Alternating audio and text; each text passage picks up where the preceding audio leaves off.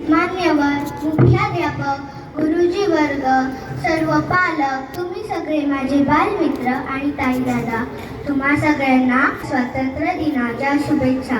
तसेच तुमच्या भावी वाटचालीसाठीही माझ्याकडून मनापासून शुभेच्छा.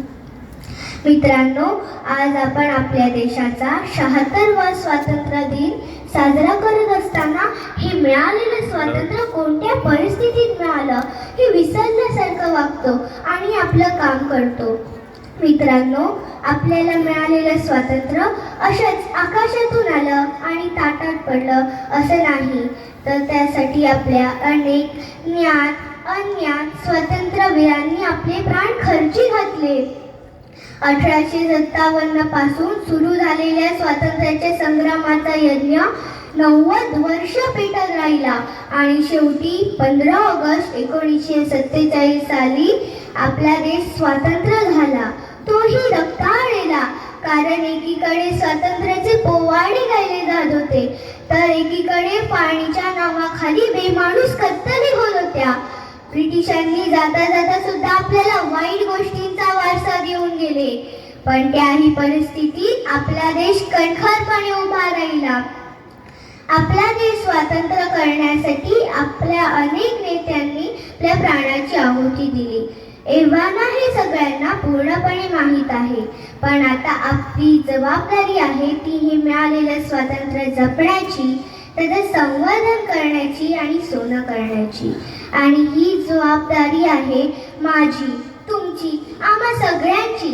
त्यासाठी आपण सगळे आपापल्या क्षेत्रात प्रतिभेची उंची गाठत न विसरता प्रामाणिकपणे काम करत आपण सगळे एकत्र येत आपला देश सगळ्या क्षेत्रात समृद्ध करूयात. त्यासाठी एका ध्येयाने आणि जे मागे राहतील त्यांना बरोबर घेत आपल्या देशाची वाटचाल महासत्तेच्या दिशेने सुरू ठेवूयात.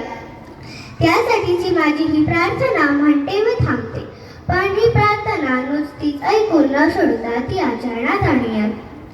नव्या वैभवाची ज स्वप्ने सजावी, मनी हास्य देऊ न मुक्ती जगावी, हवी फक्त उन्मुक्त निर्माण शक्ती, नवी ध्येय आसक्त प्रल्हाद भक्ती, अहंता गळावी अभंगास म्हणता, तपस्येत तल्लीन आतून होता, प्रतिभे समस्तीत आकार यावे, उरी उत्तमाचेच ओंकार गावे, हवी फक्त उन्मुक्त निर्माण शक्ती, नवी ध्येय आसक्त प्रल्हाद भक्ती.